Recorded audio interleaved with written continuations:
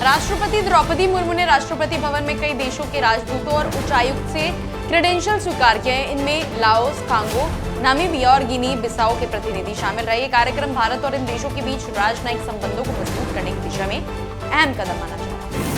पश्चिम बंगाल में जनसभा को संबोधित करते हुए प्रधानमंत्री नरेंद्र मोदी ने कहा कि पिछले 50 वर्षों में पहला चुनाव है जिसमें हिंसा सबसे कम रही। उन्होंने बताया कि पहले गुंडाराज चलता था और झूठे आत्महत्या के मामले बनाए जाते थे। पीएम ने चुनाव आयोग को धन्यवाद दिया कि उसने बंगाल में लोकतंत्र को फिर से स्थापित किया है। इजिप्ट में 11वीं भारत मिस्र संयुक्त रक्षा समिति की बैठक संपन्न हुई। दोनों पक्षों ने रक्षा सहयोग को और गहरा करने की प्रतिबद्धता दोहराई। पहली बार नौसेना से नौसेना स्टाफ वार्ता भी हुई जो समुद्री सहयोग की बढ़ती साझेदारी को दर्शाती है।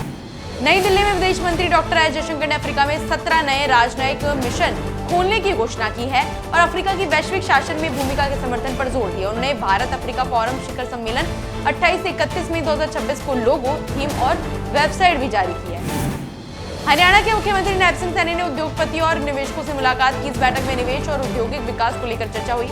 मुख्यमंत्री ने राज्य में उद्योगों के लिए बेहतर माहौल बनाने का आश्वासन दिया।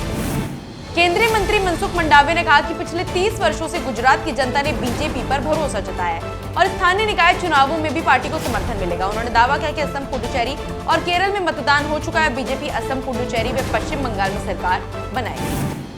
जी किशन रेड्डी ने हैदराबाद में कहा कि सरकार सभी आंगनवाड़ी और सरकारी स्कूलों को जरूरी सुविधाएं देने पर काम कर रही है। उन्होंने बताया कि क्षेत्र में भी उपकरण उपलब्ध कराए जा रहे हैं। प्रधानमंत्री नरेंद्र मोदी के निर्देश पर आंगनवाड़ी केंद्रों को बेहतर बनाने की दिशा में तेजी से काम चल रहा है।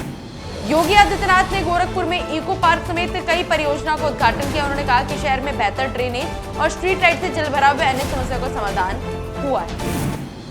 उपराष्ट्रपति सीपी राधाकृष्णन ने एम्स ऋषिकेश के 6वें दीक्षांत समारोह में हिस्सा लिया। इस कार्यक्रम में 386 छात्रों को विभिन्न कोर्स में डिग्री प्रदान की गई। समारोह में राज्यपाल गुरमीत सिंह, मुख्यमंत्री पुष्कर सिंह धामी और केंद्रीय मंत्री अनुप्रिया पटेल भी मौजूद थे।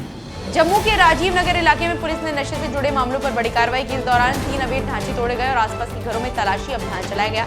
अधिकारियों ने कहा कि ड्रग्स के खिलाफ ऐसी कार्रवाई आगे भी जारी रहेगी। तमिलनाडु के पूर्व मुख्यमंत्री पनीर सेल्वम ने कहा कि सभी वर्गों के लोग उत्साह के साथ वोट कर रहे हैं। उन्होंने दावा किया कि सेक्युलर प्रोग्रेसिव अलायंस को जनता का पूरा समर्थन मिल रहा है। साथ ही उन्होंने कहा कि एम के स्टालिन दोबारा मुख्यमंत्री भी बनेंगे।